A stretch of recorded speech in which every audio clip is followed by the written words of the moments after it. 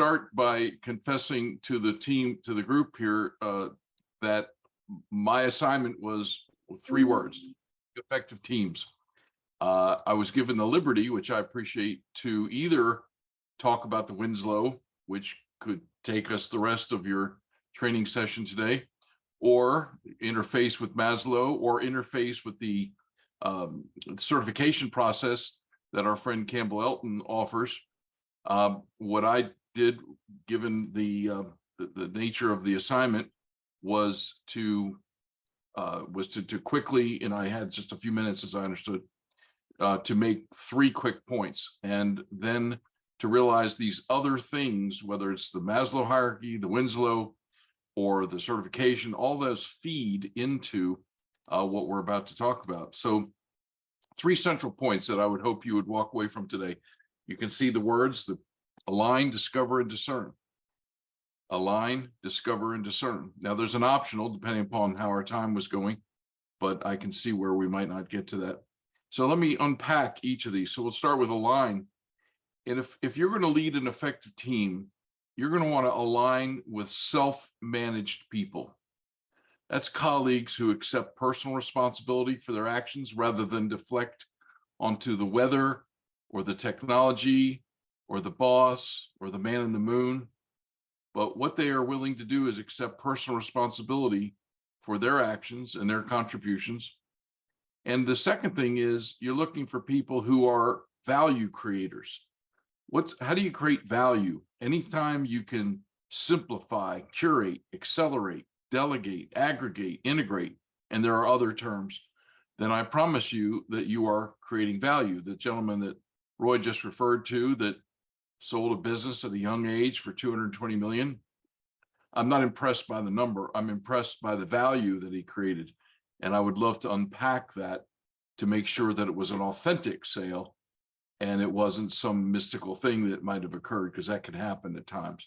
So what was the value created? And then we can applaud that. The marketplace will reward those people, whether they're employed in a company or they're entrepreneurs. The marketplace will reward those who are value creators. So create value for coworkers, company, clients, and then implement a C-cubed philosophy, which is 3 words that begin with C. The first is clarity. If you want to lead a team, you've got to know what people are thinking. Don't impose your thinking on them, but be willing to ask, be vulnerable, be open, be receptive, and say, hey, Charlie, hey, Susan, what do you think? What is your opinion? What's your point of view? Oh, no, I'm just going to go along with it, whatever. No, wait a minute. We want to hear from you.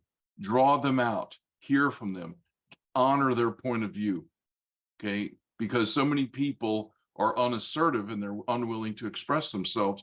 It might take a leader to actually bring that out of them. So we want to get clarity on what each individual thinks. Secondly, we want to press toward consensus. This is not to bully somebody or to punk them into submission, but rather to negotiate with them on a point to reach consensus. Thirdly, that we can walk away from that meeting with confidence, because we know what the other person's thinking and we know what we're thinking. We know our responsibility, we know theirs. And there's an ancient proverb that says, how can 2 walk together unless they be agreed? And so if we're walking together with a team, then we need to be in agreement. Otherwise, we're just pulling at each other. We're playing political games. We're trying to supersede somebody else's needs. That's selfishness. And that was on the Maslow's hierarchy. I was seeing that for the first time in a while. I saw a number of self-protected points there, but you really want to have a 6th level on Maslow's hierarchy. It's the creation of value that serves other people, and the world will chase you down and pay you mightily and promote you heavily into places of executive leadership where you will be leading very effective teams. Next, discover.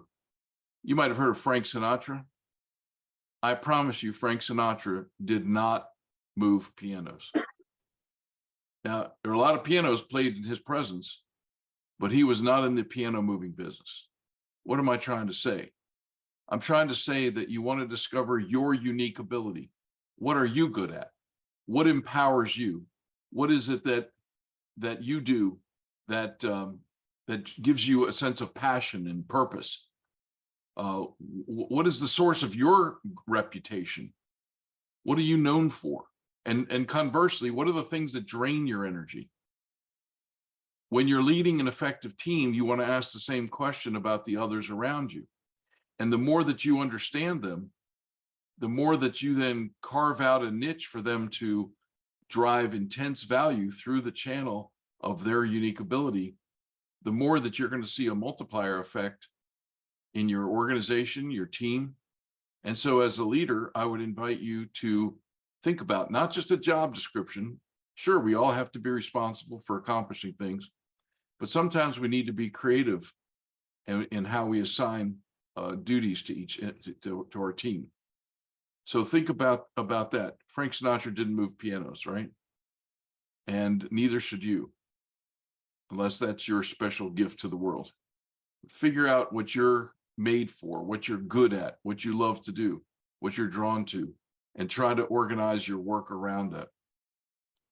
The third word is discern. Now, you want to discern, do you have, in any situation, do you have authority? Do you have a position of influence? Or are you merely a source of being a blessing? If you have authentic authority, then you need to use it. But I've seen people try to usurp authority that really don't have it. They are pretenders. And they end up getting their wings clipped, and they wonder, gee, what happened? Nobody likes me. Nobody thinks I'm any good. Nobody. And yet what they were trying to do was come outside their realm of authority. I was speaking with a couple recently talking about their relationship. They're a wonderful couple, but the gentleman, the husband was overstepping some areas and it was causing challenges in their relationship. And I said to him, when it comes to your wife's family, you may have influence, but you don't have authority over what they do in that extended family. So, and he said, just in the conversation, he felt liberated, just realizing the difference between authority and influence. I had a guy recently on a management team meeting. He wrote me a note the day after the meeting, and he said, my wife and I, our neighbor, lost her son to gun violence recently. And we've been over there trying to work with her and counsel her and everything. He said, after listening to you, he said, we just baked her a cake. We were just a blessing to her.